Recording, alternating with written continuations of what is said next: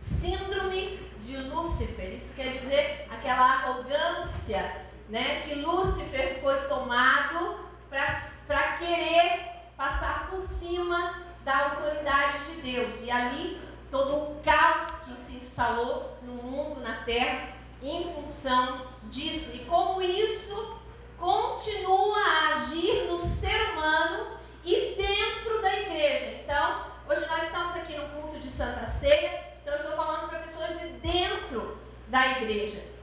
Então, Judas, ele fala isso, olha, cuidado com essas pessoas que elas estão transformando a graça de Deus em libertinagem. E fazendo isso, estão negando o senhorio de Cristo. Estão negando a soberania de Cristo. E aí ele passa a discorrer dos versículos 5 até o 16 a respeito de coisas do Velho Testamento, de alguns personagens do Velho Testamento. E nós não vamos ter tempo para olhar todos como que isso exigiria, mas nós não estamos num estudo bíblico, nós estamos numa pregação na igreja. Então nós vamos passar rapidamente por esses personagens. Mas se você não conhece esses personagens, eu gostaria de te incentivar a anotar a passagem bíblica para ir atrás e ler a história.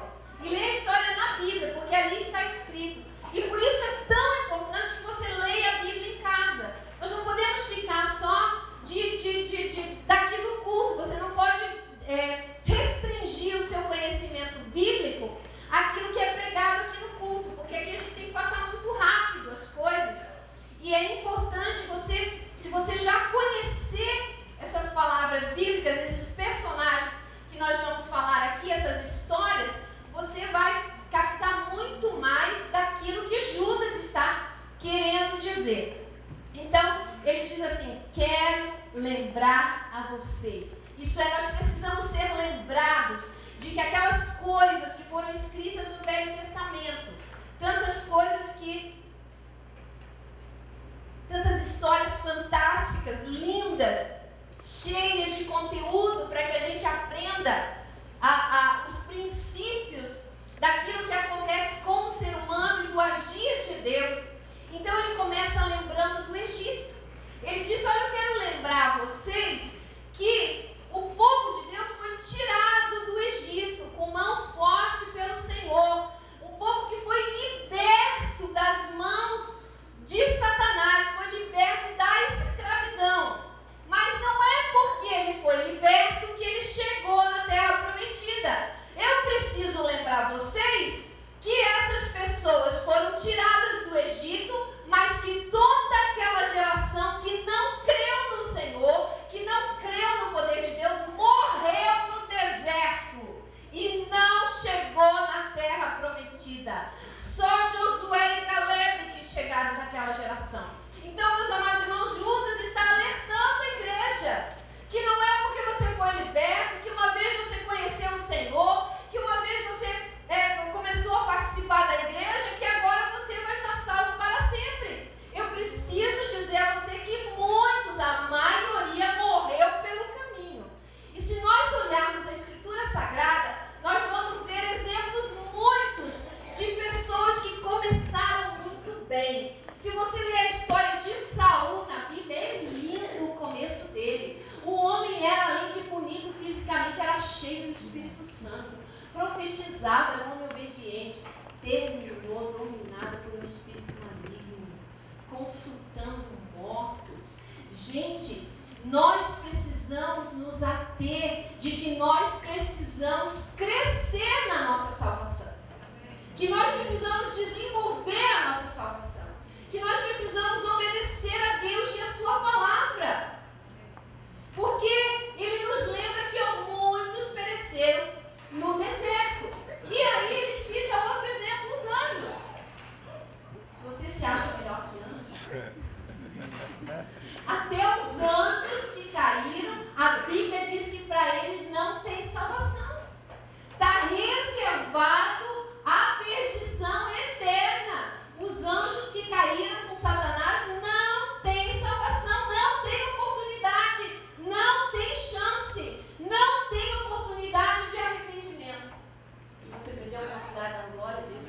Aleluia.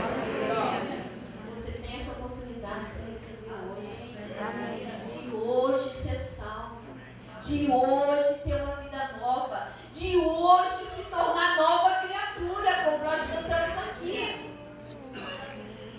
Então, olha que linda a oportunidade que eu e você estamos vivendo. Mas nós não podemos nos esquecer dessas coisas. Vamos ver quem é o próximo da lista aí. Então, para que a gente saiba disso, os próximos da lista são Sodoma e Gomorra.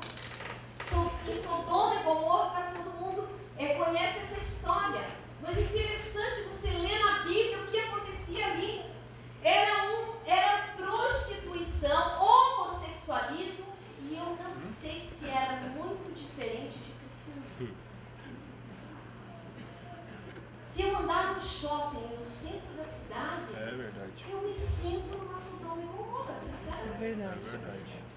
Sabe, há uma questão da prostituição.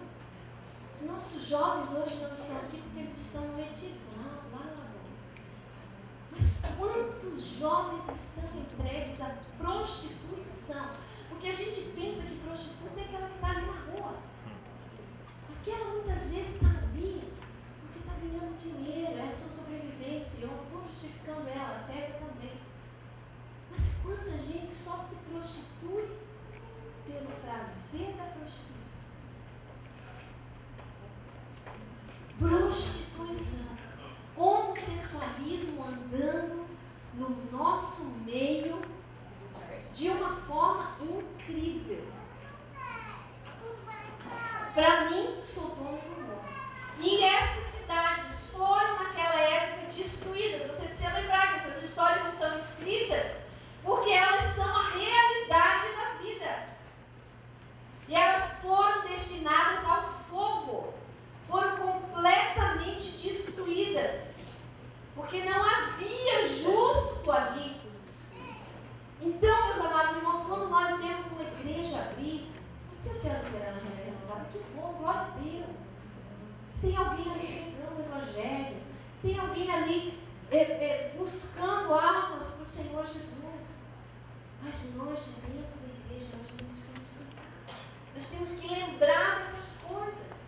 Lembrar do plano de Deus para o homem. Do plano da salvação de Deus para o homem. E lembrar que o homem nasce em pecado e está perdido. E sem o sangue de Jesus, sem esse sangue, sem esse pão, no seu coração, em primeiro lugar, lavado, porque a gente só vem aqui comer e beber quando a gente entende que o nosso coração foi lavado nesse sangue. Porque também não adianta o ritual. Tem gente que come e bebe pelo ritual. O ritual é vazio se não tiver no seu coração o significado, o entendimento do que Jesus fez por mim. Que Ele perdoou os meus pecados lá na cruz do Calvário. E Ele me deu uma vida nova. Ele me fez nova criatura. E Ele tem um plano de Deus, um plano dEle para a minha vida. E eu preciso cumprir esse plano. Nós cantamos aqui o meu futuro. É teu. Mas quantos de nós estamos planejando o nosso futuro e estamos seguindo as nossas metas?